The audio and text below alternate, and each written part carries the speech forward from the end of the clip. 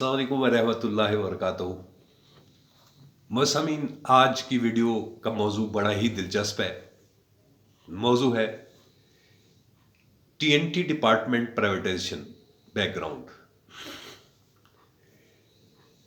سوچنے کا مقام ہے کہ جب یہ محکمہ پرائیویٹائز کیا جا رہا تھا تو بہتر یہ نہیں تھا کہ اس کے اوپر جتنی بھی ریکروٹمنٹ یا نئی ویکینسیز یا نئی بھرتی کرنی تھی اس پر پابندی لگا دی جاتی؟ کیونکہ ظاہر ہے پرائیویٹائزیشن ایک دن میں تو نہیں ہوئی، ایک سال کے اندر تو نہیں ہوئی۔ اس میں تو باقاعدہ مختلف ادارے مل کر اس پر ہوم ورک کرتے ہیں، پھر اس کا پلاننگ کے ساتھ ساتھ آگے اس پر ہوم ورک کیا جاتا ہے۔ تو یہ کس طرح کی پلاننگ ہے کہ ایک طرف سے آپ ریکروٹمنٹ کر رہے ہیں، دوسری طرف سے پرائیویٹائزیشن کر رہے ہیں؟ بیسٹ طریقہ تو یہ تھا کہ آپ بین لگا دیتے تو یہ ملازمین جو اس وقت بھرتی کیے گئے اور بعد میں ابھی تک جو متاثر ہوئے ہیں اپنے بنیادی حقوق کے حساب سے، پینشن رائٹس کے حوالے سے، تنخواہوں کے حساب سے، کئی معاملات کے اندر، تو متاثر ہی نہ ہوتے، کسی دوسرے محکمے میں ان کو جاب مل جاتی۔ اس وقت دوسرے اداروں کے اندر بھی تو ایڈورٹائزمنٹ ہو رہی ہوں گی اور ہو رہی تھی، تو اس کو جوائن کر لیتے۔ یعنی یہ ایک بڑا عجیب و غریب پوزیشن ایسی ہے کہ جس کے اوپر پتہ چلتا ہے کہ گورنمنٹ کے اداروں کے اندر جو یہ کام کیا گیا تو اس کے اندر ان چیزوں کا خیال نہیں رکھا گیا، جس کی وجہ سے ہمارے ملک کے اندر ایک انتہائی بے چینی اور افراتفری والی کیفیت پیدا ہوئی ہے۔ اور یہ جب سے پرائیویٹائزیشن ہوئی ہے، یہ اس وقت سے یہ کیفیت، اس کے بعد جب سے پرائیویٹائزیشن کا چکر شروع ہوا ہے، بے شمار لوگ رل گئے۔ میں فیکٹ بتا رہا ہوں، اپنی طرف سے گھڑی ہوئی بات نہیں کر رہا۔ اب دوسری طرف آ جائیے، جب ریکروٹ ہو گئے، گورنمنٹ کا ادارہ اپنا وجود رکھتا تھا، تو ان کے اوپر جو قوانین کا جو لاگو ہوتا تھا، ان قوانین کو سول سروس ایکٹ 1973 کا نام دیا جاتا ہے، اور اس کی ٹرمز کنڈیشنز جو بھی ہیں وہ ان کے بنیادی حقوق کی ہیں، سروسز میٹر سے ریلیٹڈ جو ہے، ان کے جو بھی رائٹس ہیں، چاہے چھٹی ہے، چاہے میڈیکل ہے، چاہے پینشن ہے، چاہے پینشن کے علاوہ جو اگر سروس کر رہا ہے تو سروس کے اندر جو انکریمنٹس لگتی ہیں، یعنی ایوری تھنگ اس میں شامل ہے، پروموشنز ہیں۔ اب ہم آگے آ جاتے ہیں، اس دوران میں ریکروٹ ہوئے اور ان کے اوپر جو ایکٹ 1973 گورنمنٹ آف پاکستان کی جو سول سروس ایکٹ ہے اس کی میں بات کر رہا ہوں، ان کو کہا جاتا ہے سول سروس ایکٹ 1973، اس کی ٹرمز کنڈیشن اور اس کے سیکشن جو ہے 3 سے 22 سیکشن، یعنی سیکشن 3 سے سیکشن 22 تک یہ ان کے تحفظ کے حوالے سے سیکشن بنے ہوئے ہیں گورنمنٹ سروسز ایکٹ کے حساب سے۔ اس کو سول سروس ایکٹ بھی کہا جاتا ہے، سول سروس ایکٹ 1973۔ جب یہ پرائیویٹائزیشن کا عمل شروع ہوا تو عمل 91 کے اندر ایک انٹروڈیوس کیا گیا P T C act, P T C act 91، اور پی ٹی سی ایکٹ سے مراد کیا؟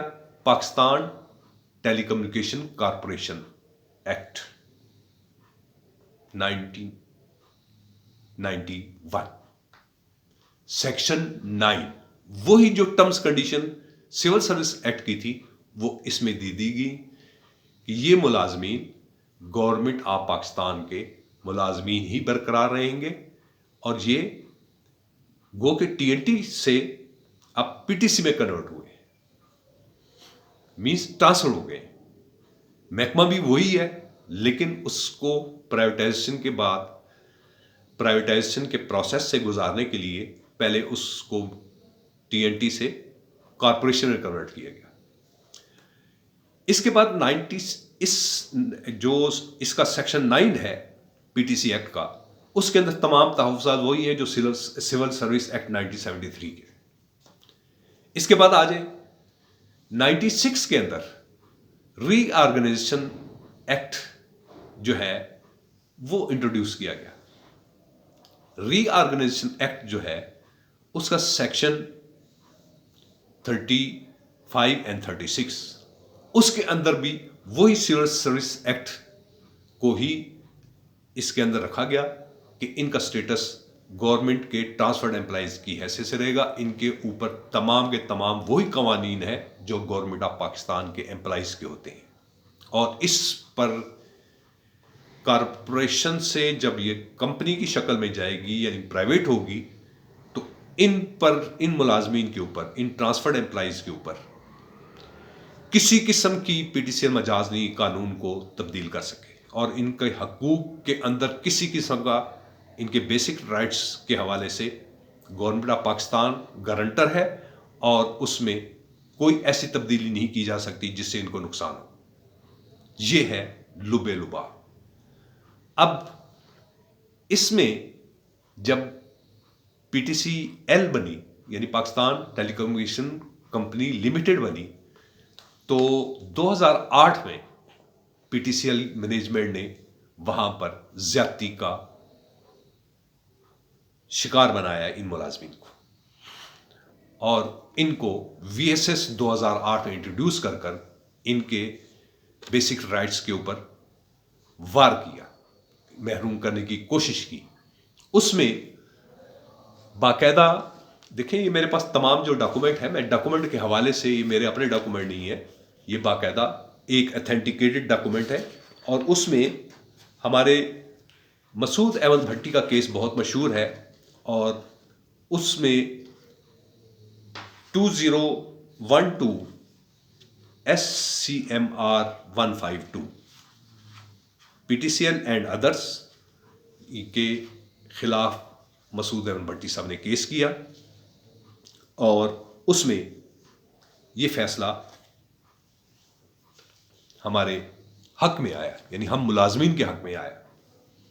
اور اس میں عدالت نے صاف واضح طور پر کہا کہ آپ مجاز نہیں ہے کہ nobody is allowed to change any rule which could affect the basic rights of these employees, these transferred employees being guaranteed by the government of Pakistan.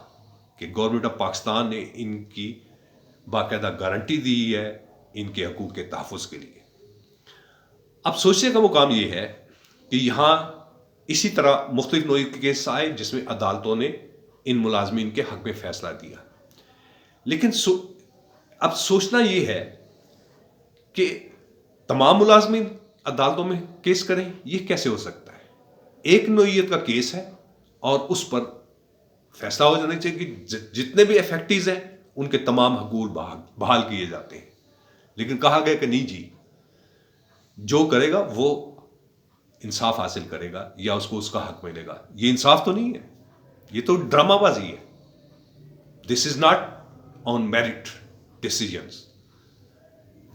عدالت فیصلہ وہ کرے جو اس کو اپنے معیار کے حساب سے کرنا چاہیے، اس طریقے سے نہیں کہ وہ اپنے وکیلوں کے لیے دکانداری کھول دیں.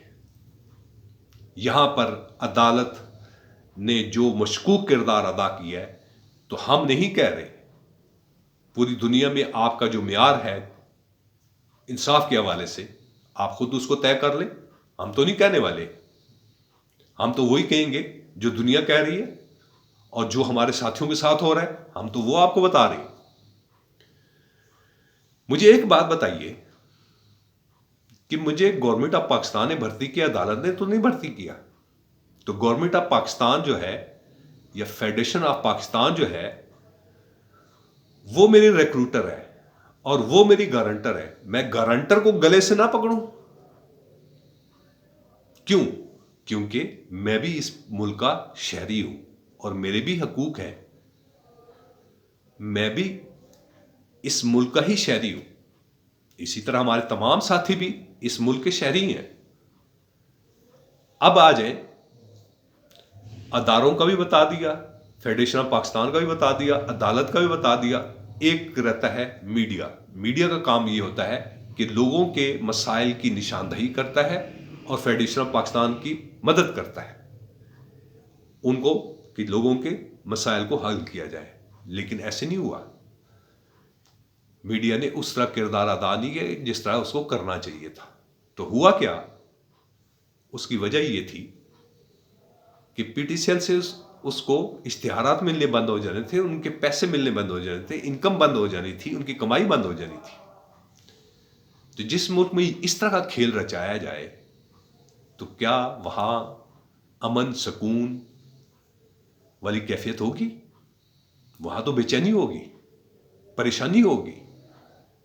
تو ایک چیز یاد رکھیے، اس دنیا میں تو جو کر لیں گے کر لیں گے، اوپر بھی تو حساب دینا ہے نا. وہ کیسے دیں گے؟ آپ سوچیں نہ سوچیں، لیکن بہرکیف ہم اپنے ساتھیوں کو کہیں گے کہ آپ مایوس نہ ہوں اور اپنی جد و جہد کے لیے اپنے اندر یونٹی برقرار رکھیے گا. ہم نے آخری سانس تک اپنے حقوق کے لیے فائٹ کرنا ہے اور حقوق لے کر چھوڑنا ہے، کیونکہ ہم بھی پاکستان کے شہری ہیں، ہمارا بھی حق ہے.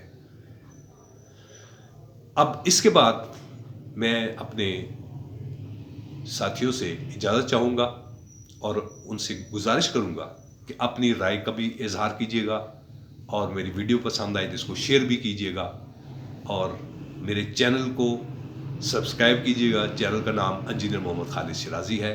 نیک دعاؤں، نیک تمناؤں کے ساتھ آئیے مل کر دعا کریں کہ خدا کریم ہمارے ملک پاکستان کو اپنے حفظ و امان میں رکھے، مضبوطی و توانائی عطا فرمائے، اور ہمارے میں یونٹی اور اتحاد اور اتفاق پیدا ہو. آمین ثم آمین. نیک دعاؤں، نیک تمناؤں کے ساتھ اجازت چاہتا ہوں. السلام علیکم ورحمۃ اللہ وبرکاتہ.